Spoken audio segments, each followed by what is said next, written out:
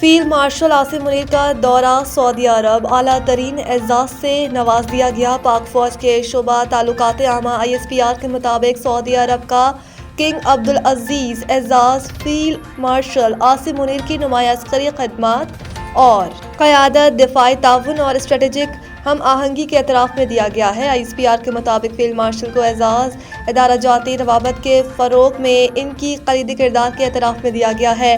اعزاز علاقائی امن و استحکام کے لیے خدمات، انسداد دہشت گردی اور سلامتی کے شعبے میں تعاون کی عکاسی بھی کرتا ہے۔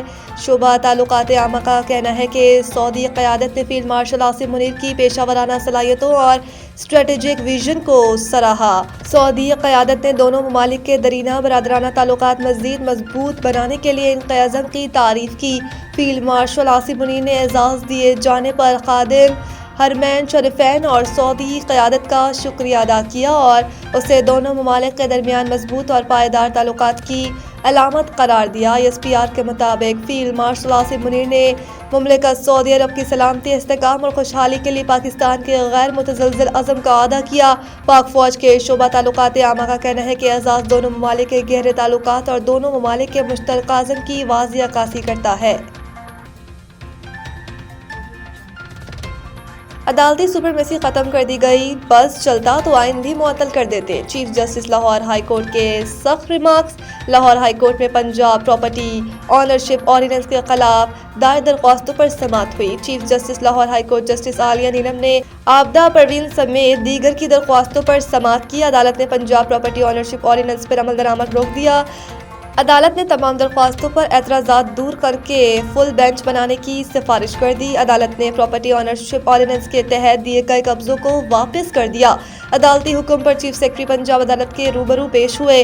چیف جسٹس عالیہ نیلم نے ریمارکس دیے کہ حکومت کو بتائیں کہ یہ قانون رہ گیا تو جاتی عمرہ بھی آدھے گھنٹے میں نکل جائے گا۔ عدالت نے سرکاری وکیل سے استفسار کیا کہ آپ بتائیں ایڈوکیٹ جنرل آئے کیوں نہیں ہیں۔ سرکاری وکیل نے جواب دیا کہ ایڈوکیٹ جنرل پنجاب بیمار ہیں، اس لیے نہیں آئے۔ چیف جسٹس عالیہ نیلم نے ریمارکس دیے کہ میں بھی بیمار ہوں، مجھے بیڈ ریسٹ کا کہا گیا مگر یہاں بیٹھی۔ چیف جسٹس عالیہ نیلم نے ریمارکس دیے کہ آپ نے civil set up civil rights کو ختم کر دیا، آپ نے عدالتی سپریمیسی کو ختم کر دیا۔ آپ کا بس چلتا تو آئین کو بھی معطل کر دیتے۔ اگر DC آپ کے گھر کا قبضہ کسی اور کو دے دے تو آپ کے پاس اپیل کا کوئی حق نہیں ہوگا۔ صدر آصف زرداری کی عراقی دارالحکومت بغداد میں زیارت مقدسہ پر حاضری۔ صدر مملکت نے بغداد میں حضرت شیخ عبدالقادر جیلانی رحمۃ اللہ علیہ کے مزار پہ حاضری دی، جہاں انہوں نے فاتح خوانی بھی کی اور دعا بھی مانگی۔ بعد ازاں صدر آصف علی زرداری نے قاسمیہ مقدسہ میں امام موسیٰ القاظم رحمۃ اللہ علیہ اور امام محمد التقی الجواد رحمۃ اللہ علیہ کے روضوں پر حاضری بھی دی۔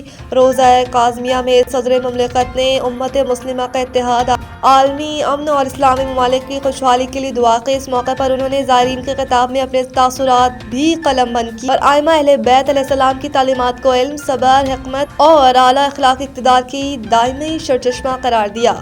صدر آصف علی زرداری نے بغداد میں امام اعظم ابو حنیفہ رحمۃ اللہ علیہ کے مزار پر بھی حاضری دی اور فاتح خوانی کی۔ انہوں نے اسلامی فقہ، علم اور رواداری کے فروغ میں امام ابو حنیفہ رحمۃ اللہ علیہ کی خدمات کو خراج تحسین پیش کیا۔ اپنے دورے کے دوران صدر مملکت نے مختلف مزارات کے منتظمین اور مبلغین سے ملاقاتیں بھی کی اور زیارت مقدسہ کے انتظامات پر اطمینان کا اظہار کیا۔ بیرسٹر گوہر نے ہم خیال جماعتوں کو آپس میں ملوانے کے لیے کمیٹی بنانے کی تجویز پیش کر دی۔ ایک بیان میں بیرسٹر گوہر نے کہا کہ یہ ملک اور فوج ہماری ہے، ہم پہلے بھی ساتھ رہے اور آئندہ بھی ساتھ رہیں گے۔ انہوں نے کہا کہ ہاتھ ملاؤ تاکہ راستہ بنے، بات کرو تاکہ بات سے بات بنے۔ ملکی حالات تقاضا کر رہے ہیں کہ جامع مذاکرات کیے جائیں۔ دوسری جانب وزیر اعلیٰ KP سہیل افریدی کا کہنا تھا کہ ایک صوبے کو تمام وسائل دیے جا رہے ہیں، ہمارے صوبے کو اس کا حق نہیں دیا جا رہا۔ IMF کی کرپشن رپورٹ پر کوئی بات نہیں کی جا رہی۔